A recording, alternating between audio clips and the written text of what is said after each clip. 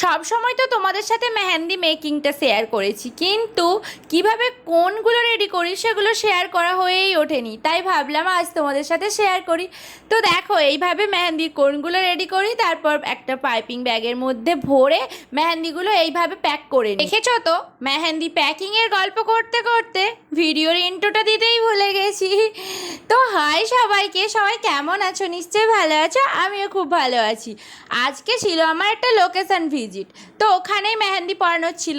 আর লোকেশনটা ছিল একদম কাছাকাছি, নিমতৌড়ির পরে কালী মন্দির বলে একটা স্টপেজে। তো দেখো আমি পৌঁছে গেলাম বাসে করে। পৌঁছাই আমি দিদিকে কল করলাম যে কতটা যেতে হবে, তো দিদি বললো একদম হাঁটা পথ। তো আমিও আমার ছায়াকে সঙ্গী করে হাঁটা দিলাম ব্রাইডের উদ্দেশ্যে।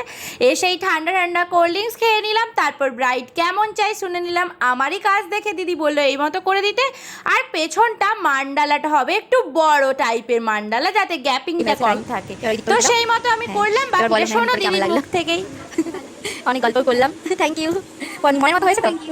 মনের মতো হয়েছে তো?